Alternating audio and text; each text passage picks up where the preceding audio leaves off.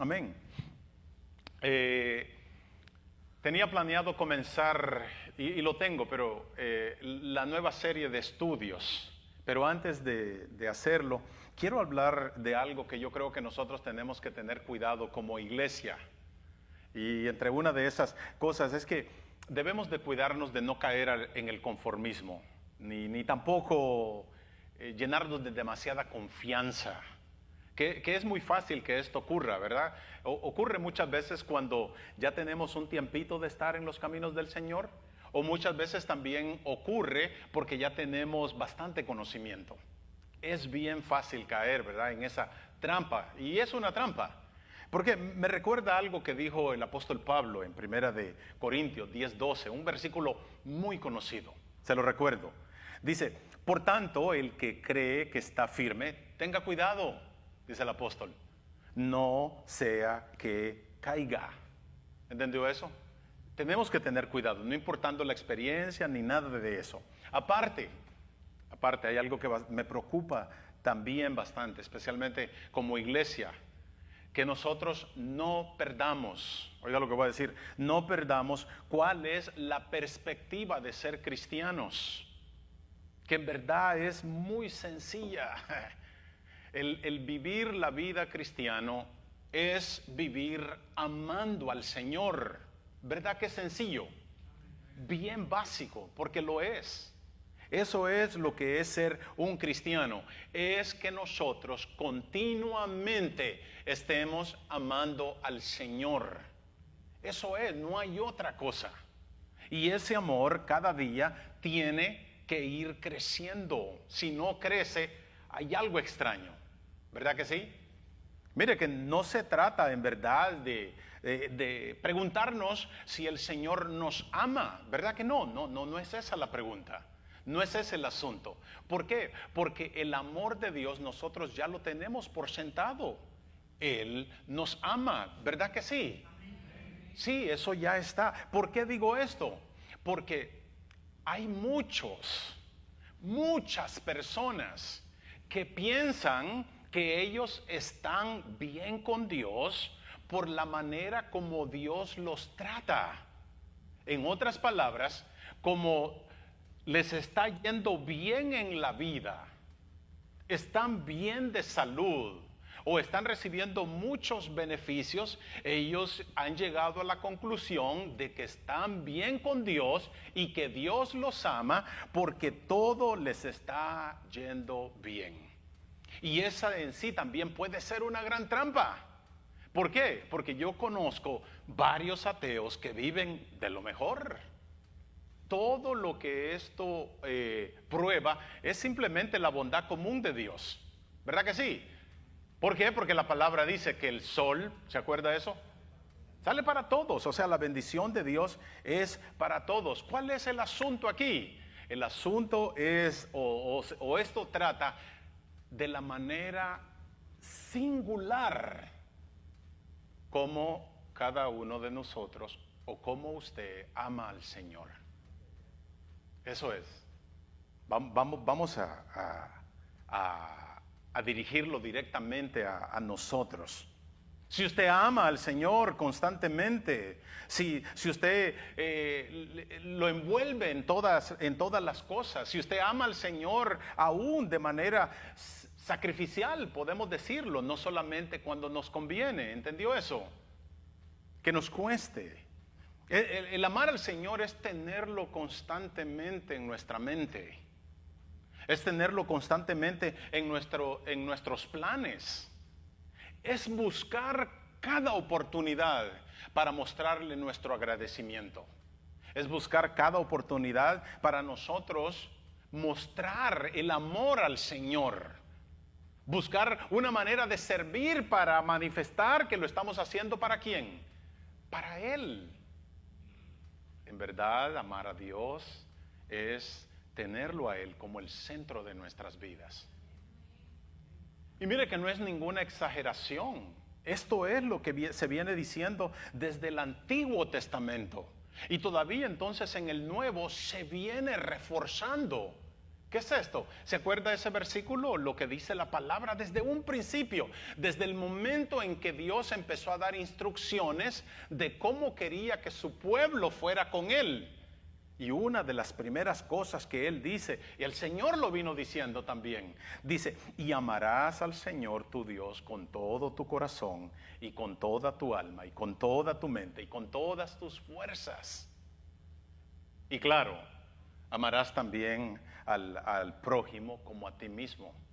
En otras palabras, esa es la suma o la conclusión de lo que Dios requiere. ¿Qué es esto? Que nosotros amemos a Dios de una manera íntegra y completa, no mezclado con otro tipo de amor.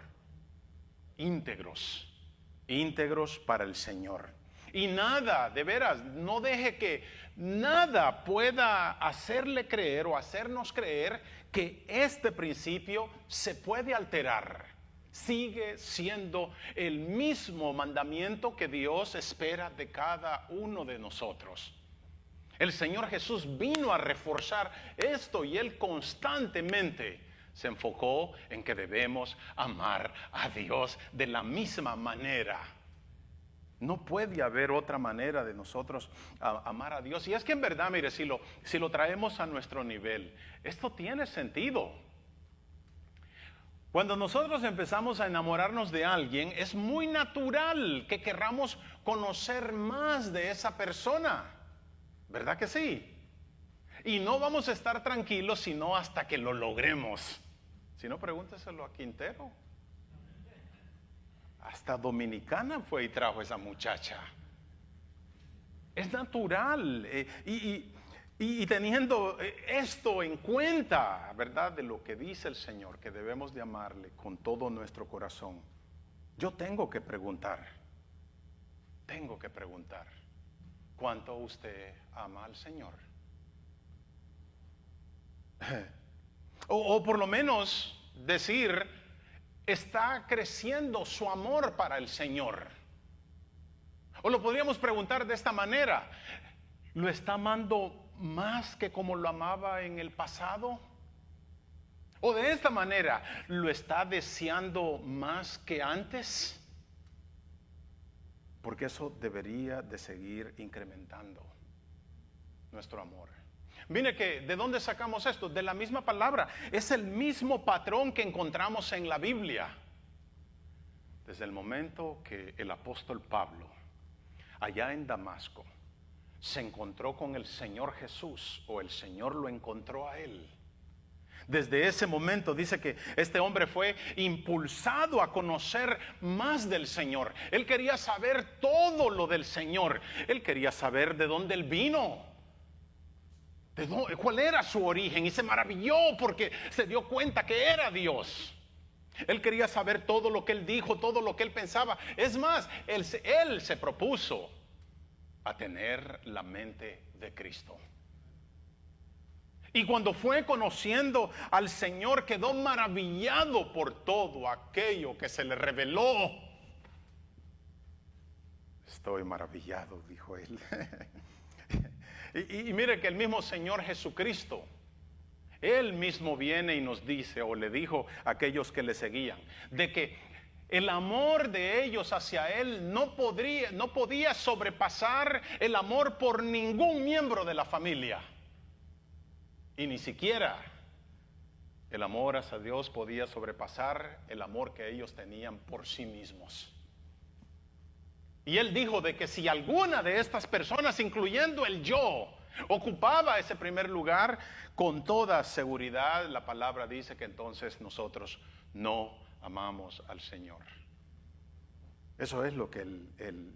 Porque mire esto, cuando se trata de amar al Señor, no es un creo que le amo, no es pues le amo lo suficiente. No, aquí nos está mandando a amar al Señor plenamente, de una manera completa. Mire que el apóstol Pablo en 2 de Corintios, el capítulo 5, él dice que el amor de Cristo es el que nos constriñe. El amor de Cristo es lo que nos obliga. ¿No se acuerda cuando usted estaba enamorado y le decía a su novia o a su novio, tus deseos me son órdenes? ¿Se acuerda de esa? Al menos yo la usaba. El amor de Dios, por el amor de Dios, los mandamientos del Señor se vuelven órdenes y un deleite para nosotros.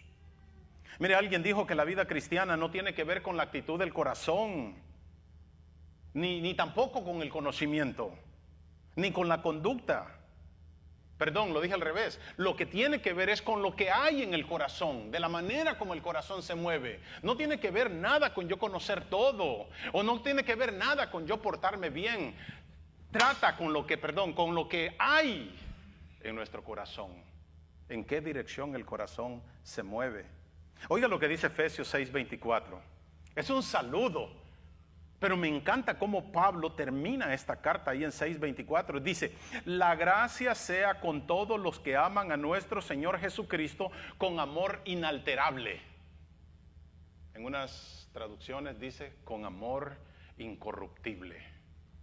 Que nuestro amor por el Señor sea puro. Que no se comparta con nadie. Por eso que no estoy de acuerdo con la idolatría y con todo este asunto de cosas. El amor hacia Dios tiene que ser sin mancha. Mire que Juan dijo que nosotros sabemos que amamos a Dios cuando guardamos sus mandamientos. O sea, ese es el otro lado de la moneda de lo que Jesús presentó. Sé que amo al Señor porque me agrada guardar sus mandamientos. Me agrada cuidarme para Él, aun cuando nadie me está viendo, porque eso no tiene que ver nada. Decía el Salmo 139. El hombre lo puso que si nos vamos a México o donde sea, ahí está el Señor. Ahora oiga lo que dice Primera de Corintios 16:22. Esto lo lleva a otro nivel, este asunto. Dice el escritor, si alguno no ama al Señor Jesucristo, que sea anatema. ¿Sabe qué es esa palabra? Es decir, que el que no ama al Señor, mis hermanos, está en maldición. Mire qué lindo. El amor al Señor nos trae bendición. Y es verdad. Nuestro amor hacia Dios nos bendice.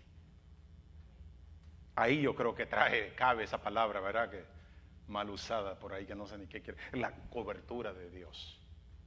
La protección de Dios. Me gusta que en Juan 16:27 Jesús dijo, el Padre mismo los ama porque ustedes han amado al Hijo. Tienen el amor del Padre porque le amamos a Él. Así que mire lo que estamos haciendo con esto. No estamos preguntando cuánta doctrina usted sabe. No estamos preguntando cuánto conocimiento tiene. Ni siquiera estamos preguntando si usted está sirviendo en la iglesia. No, la pregunta es, ¿cómo está su amor por Cristo en el presente? Esa es la pregunta. Yo creo que a eso es lo que nos está llevando todo esto. Insisto, mis hermanos, con esto. ¿Por qué? Porque, oiga esto, lléveselo por favor. Porque cuando se viene abajo el amor del cristiano hacia Cristo, se viene también abajo la iglesia. Yo quiero que vaya entonces a una porción conmigo, donde nos advierte mucho acerca de eso que acaba de decir. Cuando el amor del cristiano por Cristo se viene abajo, también la iglesia se viene abajo. Vaya conmigo, por favor, al segundo capítulo de Apocalipsis. Vamos a leer esos primeros siete versículos. Y lo que tenemos aquí, mire, es una carta directamente del Señor Jesucristo a la iglesia. A una iglesia, fíjese de que cabe decirlo, era una iglesia muy poderosa. Estaba situada en una ciudad muy estratégica. a a la iglesia de Éfeso. Ahí estaba esta iglesia floreciendo, enorme. ¿Lo tiene?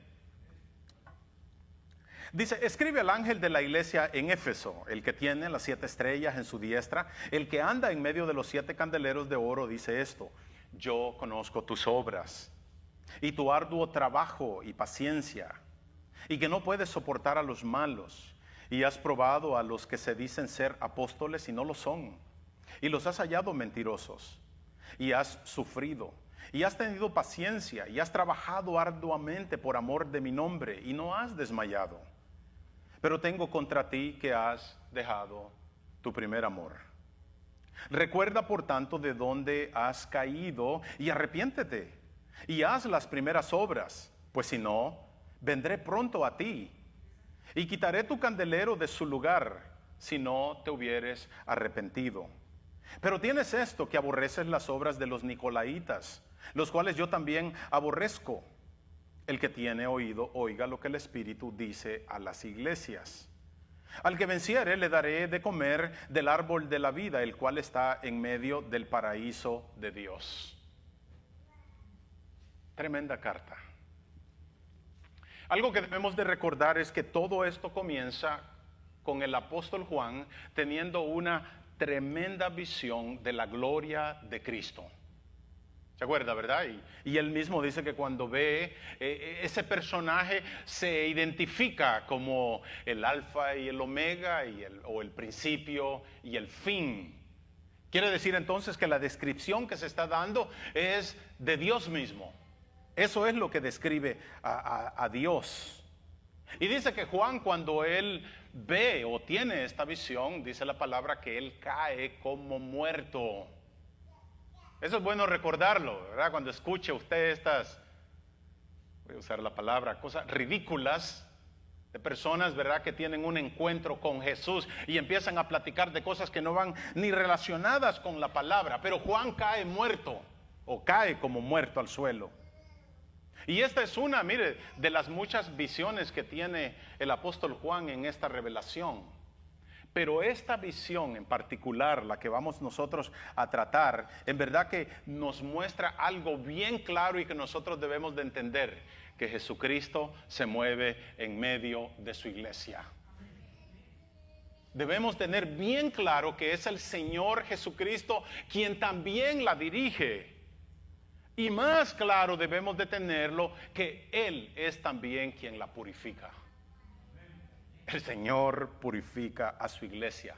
Podemos entonces decir que el Señor Jesús, dentro de su iglesia, Él se mueve como el gran sumo sacerdote, ¿verdad que sí? Y no solamente eso, mis hermanos, sino que esta carta nos da a entender que el Señor Jesús es el centro, o debe ser el centro de la iglesia. No hay otro lugar para Él. Y mire que el apóstol Juan se encuentra despatriado por el mismo evangelio. Se encuentra en la isla de Patmos. Yo creo que a Juan le martilló cuando el Señor en el Antiguo Testamento dijo: y el que no dejare, que el Señor Jesús está citando el Antiguo Testamento cuando Él dice: el que no dejare padre, o el que no odiare padre, o madre, o hijos, o familia. Él lo estaba recordando. Estaba despatriado en un lugar que no era su familia, no era su tierra, no era nada, no era su iglesia, no había nada ahí. Pero estaba por el amor del Señor Jesús. Y estando en ese gran sufrimiento, dice la palabra que recibe esta tremenda revelación del libro de Apocalipsis. Pero en medio de eso, o primero, le dice también que le escriba a las 7 iglesias que estaban en el Asia Menor, lo que hoy es Turquía. O sea, iglesias reales. Recuerde esto, o guárdelo por ahí para que vaya entendiendo la historia. Se dice que Éfeso fue el que fundó las otras 6 iglesias, a quien se le escribe primero. Las otras 6 iglesias fueron fundadas por esta iglesia. Quiere decir entonces que era la más fuerte, podríamos decir, o la principal. Eran iglesias reales. Eran iglesias que tenían problemas y circunstancias muy únicas o muy singulares. Nos dice la palabra que dos tenían problemas de pecado. Perdón, ya lo dije otra vez al revés. Dos no tienen ningún problema de pecado, pero 5 de ellas tenían graves defectos. Había pecado en ellas. Mire que también estas iglesias representan, dicen los escritores, las diferentes fases de cómo la iglesia se ha movido por las épocas. Y aún las mismas iglesias que están en el presente. Quiere decir entonces que de alguna manera el modelo de estas iglesias nos viene a servir como ejemplos y otra también como advertencias para ver cómo nosotros estamos en el presente, para ver qué tipo de iglesias somos en el presente. Pero la primera carta, dice Juan, que está escrita para la iglesia principal. Y se la envían, dice, al ángel de la iglesia. Se la envían al mensajero de la iglesia, al ministro, al anciano, al pastor.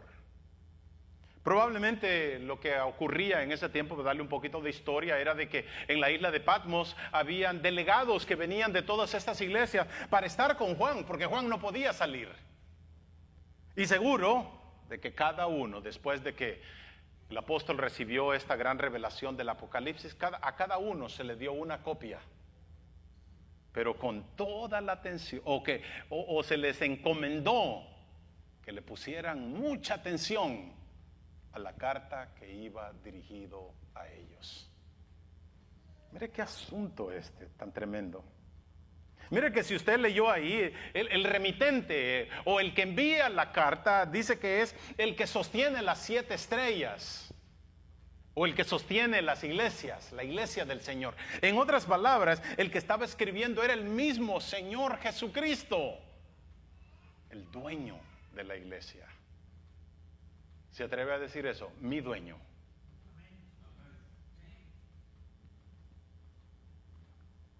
O sea, es como decir, porque eso es lo que está diciendo el escritor, es como decir, hey, el que estuvo muerto pero ahora vive,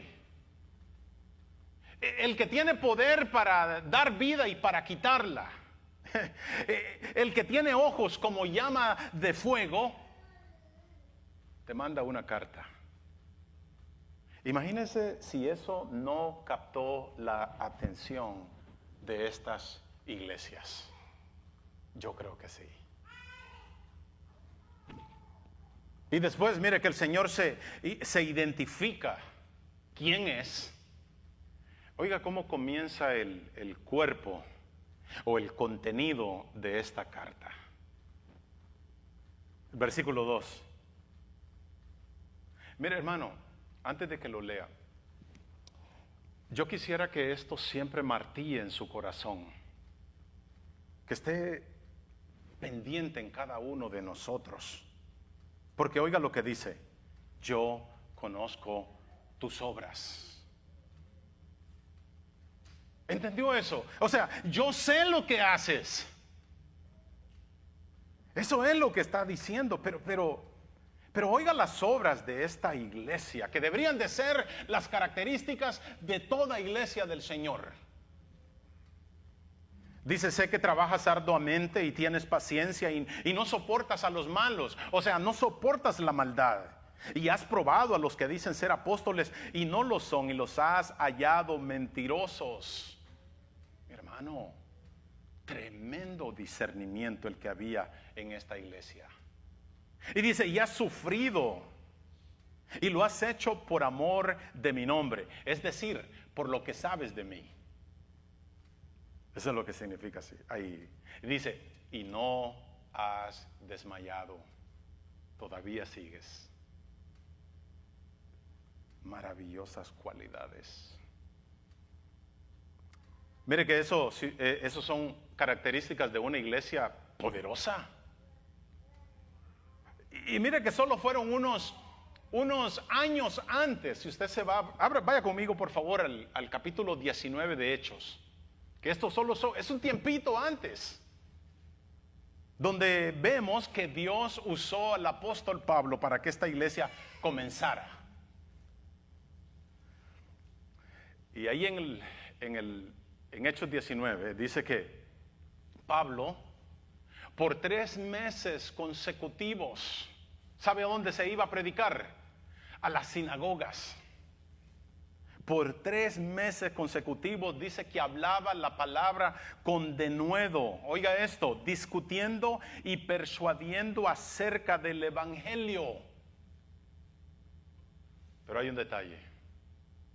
Pero dice que como ellos no quisieron creer, se apartó de ellos. Y el apóstol Pablo dice que se llevó a algunos de ellos, de los hermanos, los sacó de ahí. Y se los llevó, dice, a la escuela de uno llamado Tiranno. Ve el versículo 10 de ese capítulo 19 de Hechos. Dice que ahí, en ese lugar entonces, continuó predicando por 2 años. Póngale atención a eso. De manera, dice, que todos los que habitaban en Asia, judíos y griegos, oyeron la palabra del Señor. Mis hermanos, qué manera de discipular. Y Dios, dice la palabra, que hacía milagros a través de la mano de Pablo. De manera, mire qué tremendo, de manera que usaban los paños del apóstol sobre los cuerpos de los enfermos y eran sanados. Los paños del apóstol, no de nadie más. Solo quiero aclarar eso, del apóstol. Puestos sobre los cuerpos y ellos eran sanados. Ve el versículo 18. Dice que el evangelio se propagó tanto en esta ciudad que la gente, dice que llegaba a la iglesia confesando sus pecados, sus hechos. El poder del evangelio. Y si le sigue leyendo, dice que los que se convertían y salían de la idolatría y de la brujería, traían sus libros de magia, dice, y los empezaron a quemar. Me encanta que da el detalle, que todo aquello sumó a una cantidad de 50,000 piezas de plata. Por 30 entregaron al Señor. Y con 30 pudieron comprar un terreno para un cementerio. Imagínense lo que había aquí, 50,000 piezas de plata. El punto, mi hermano, es que las personas de esta congregación de Éfeso tenían que recordar que el comienzo que ellos tuvieron fue fenomenal. Y que con la evangelización de ellos habían, por decir así, revolucionado a toda la ciudad de Éfeso.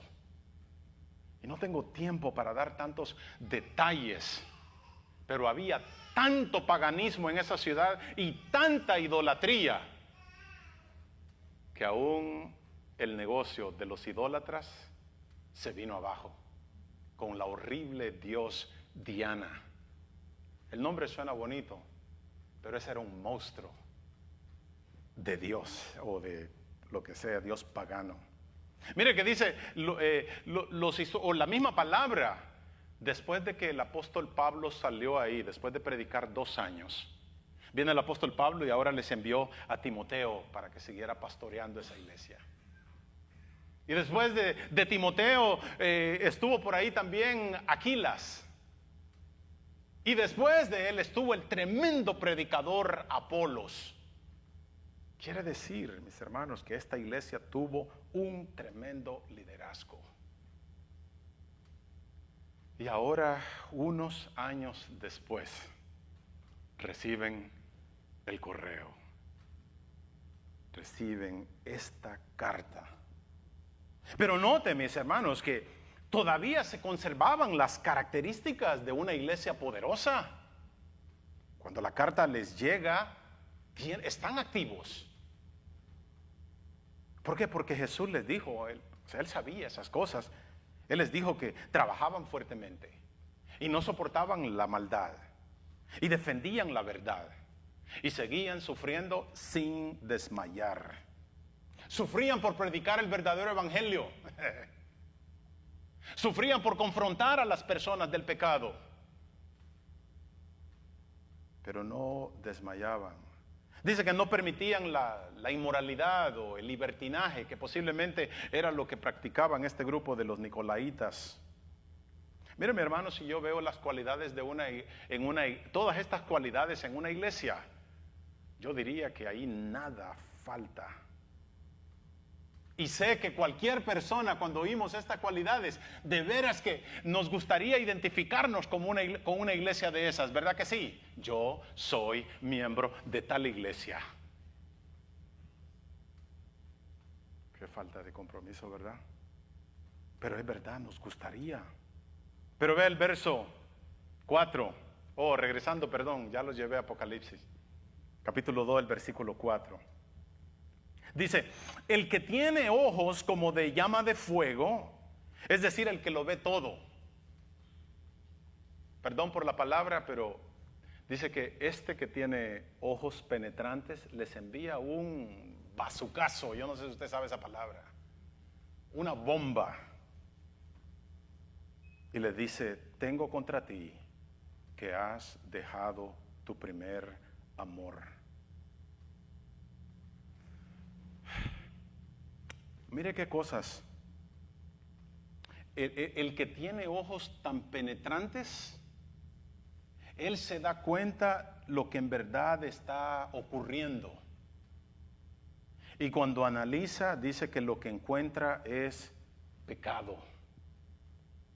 Porque así está diciendo aquí. Lo está señalando como pecado. ¿Qué es lo que se da cuenta? De que estas personas en la iglesia ya estaban haciéndolo todo por una simple rutina, por un simple deber. Pero ¿qué es lo que ve el Señor? Que sus corazones ya se habían enfriado, o habían dejado su mejor amor, como dicen algunas traducciones. Habían dejado ese amor. Hacían las cosas simplemente porque las tenían que hacer. Mira qué cosa, hacían las cosas porque de esa manera era como sentían que podían ser evaluados por los demás. Hacían las cosas porque era natural que eso es lo que se esperaba que ellos hicieran. Y mire qué tremendo también, que lo que hacían era lo que cada iglesia debería de hacer, porque lo hacían muy bien. ¿Cómo sabemos eso? Porque el Señor lo reconoció, ¿verdad que sí? Los honró por lo que estaban haciendo. Alguien dijo que esta iglesia puede caer o puede ser como ocurre con muchos matrimonios o con algunos matrimonios. Dentro de algunos matrimonios hay fidelidad, se cumple con todo, pero ya la pasión ha desaparecido. O ya la luna de miel se ha terminado. Triste, ¿verdad que sí ocurre? Y esto era muy grave. ¿Por qué? Porque reciben una seria advertencia. Ahora, traigámoslo a nosotros. Podríamos hacer la pregunta, ¿cómo es que una iglesia puede llegar a ser así? Bueno, eso pasa cuando la gente se pone así. ¿Sabe por qué? Porque todos nosotros trabajamos en conjunto. Somos una colección y todos formamos parte de la iglesia. ¿Entendió eso? Todo comienza con cada uno de nosotros. Por ejemplo,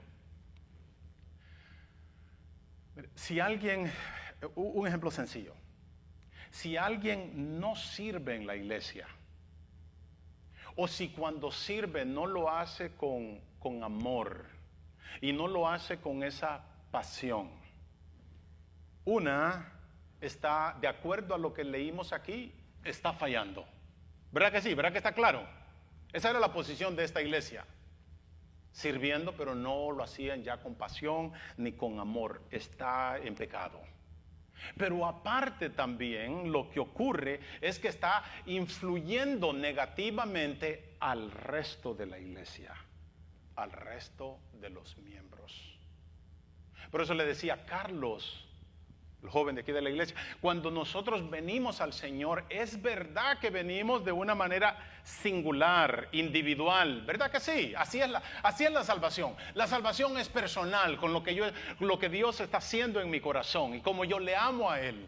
Pero después de ahí, mis hermanos, esto de ser singular se acabó.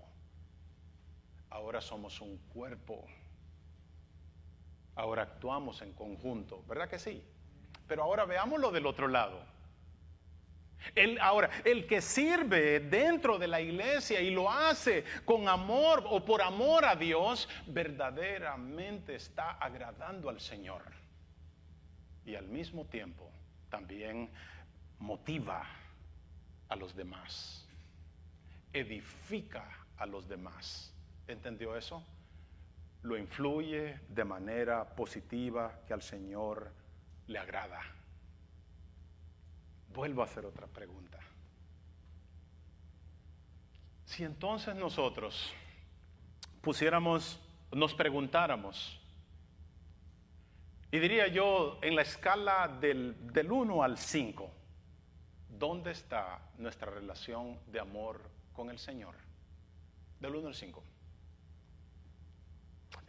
Es decir, ¿estamos todavía siendo vislumbrados por la gloria de Dios como al principio? Como cuando nos maravillábamos que comenzábamos a conocer al Señor. o seguimos deleitándonos en escuchar la palabra. ¿Se acuerda de esos tiempos que nunca era suficiente? Quería saber más.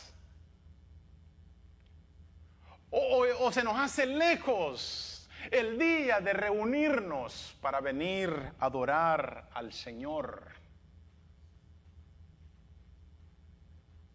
Está esa necesidad de nosotros honrarlo en todo lo que hacemos.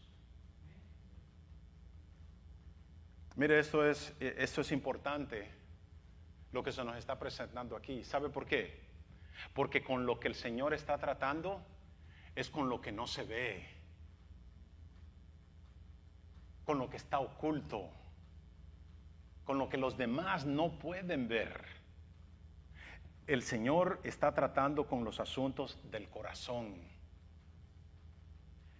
Lo que el Señor está tratando aquí es de que no nos volvamos indiferentes al Señor, sino que nuestro corazón, eso es lo que Él quiere, que nuestro corazón siempre esté apegado al Señor. ¿Se acuerda como el apóstol Juan? Él se recostaba en el pecho del Señor. Nosotros lo podemos hacer por fe.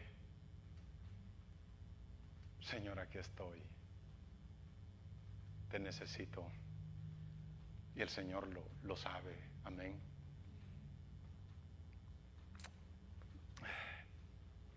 Quiero terminar. ¿Sabe que no sé si ha tenido esa experiencia? ¿Sabe que hay hermanos que cuando ven a otro hermano con esta pasión y amor por el Señor, ¿sabe lo que dicen? Oh, es que está en su primer amor. Qué triste. Sin entender que es ahí donde deberíamos de estar todos. Porque eso es, mi hermano, lo que se está condenando aquí. El no estar en nuestro primer amor. O en ese mejor amor. Ese es el asunto. Y casi se oye decir, ¿verdad? Casi viene la segunda parte de cuando la persona dice, es que está en su primer amor. Casi se oye el eco de decir, ya pronto se le quita. Pero no vivir en ese amor es el problema que el Señor tiene. Y mire qué cosa, mis hermanos, esto es para cada uno de nosotros.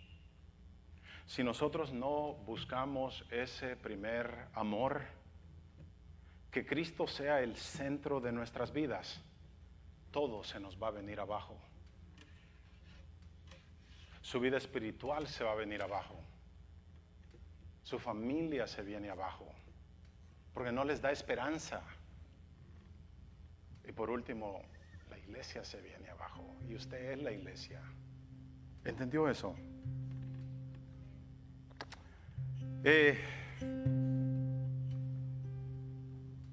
Oiga lo que dice de nuevo el versículo 5. Oiga de nuevo la advertencia ahí en Apocalipsis 2. Recuerda por tanto de dónde has caído y arrepiéntete y haz las obras que hiciste al principio. Si no, vendré a ti y quitaré tu candelabro, de su lugar, si no te arrepientes. Es decir, mis hermanos, que el no estar en el primer amor no es algo sentimental. El no estar en el primer amor es pecado. ¿Por qué, mis hermanos? Porque si hay algo que el Señor no va a tolerar de nosotros o de mí, es un corazón frío. Frialdad en nuestro corazón. Él no lo va a tolerar. Qué horrible, ¿verdad? Si cuando lo experimentamos, o si es que lo ha experimentado algún día en su cónyuge. Qué feo vivir en una relación fría. El Señor no está pidiendo, no está exagerando. Pero ¿sabes lo que me llama la atención? Algo que notó un escritor, un comentarista. Es asombroso pensar que Cristo pueda estar en contra de su misma iglesia. Es asombroso que el Señor Jesús se pueda poner de enemigo de su iglesia. Pero sabe que fue precisamente lo que ocurrió con esta iglesia de Éfeso. Mis hermanos, esto es triste. El Señor la cerró. La cerró y desapareció.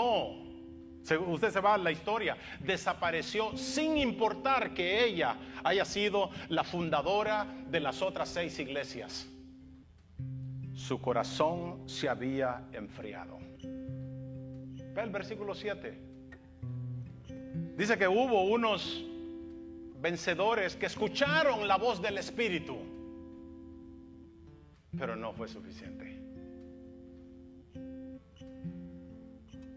¿Sabe por qué, mi hermano? Porque después de ellos haber recibido esta carta, esta gran advertencia, era para que ellos dejaran todo, aún lo que estaban haciendo.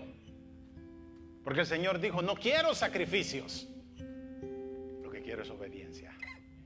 Era para que ellos dejaran todo y se dedicaran a pensar en las primeras obras, a hacer las primeras obras. Tenían que pensar dónde habían fallado, dónde habían caído, y debieron arrepentirse y volver a sus primeros pasos, por así decirlo.